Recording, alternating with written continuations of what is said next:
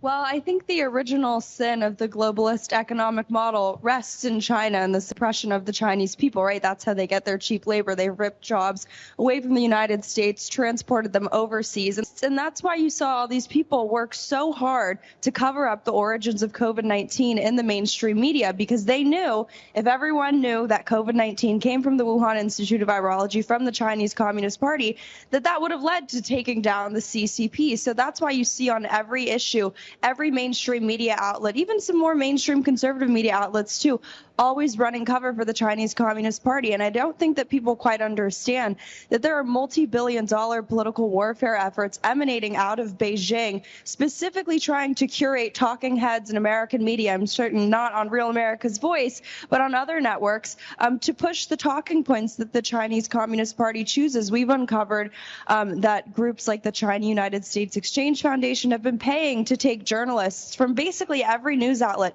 CNN, the New York Times, the Wall Street Journal, NBC, MSNBC, I could list until the block ends, but to take them on trips to China overseas, and upon return, if you read the contracts, they're compelled to provide, quote, favorable coverage of the Chinese Communist Party. And this is just a drop in the very, very large ocean in terms of the tactics that China uses to really advance their own talking points. I always joke that, even though the Chinese Communist Party and their state-run outlets are distributed and disseminated in the halls of Congress, papers like China Daily, it's superfluous. They don't need to do that because the editorial stance of so many mainstream papers are already, like so many things in America, being made in China. How deep and how broad is the infiltration in the money of the Chinese Communist Party in American society and culture?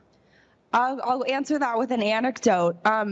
There's a elementary school classroom of second graders in Washington that's in a pen pal program with Xi Jinping.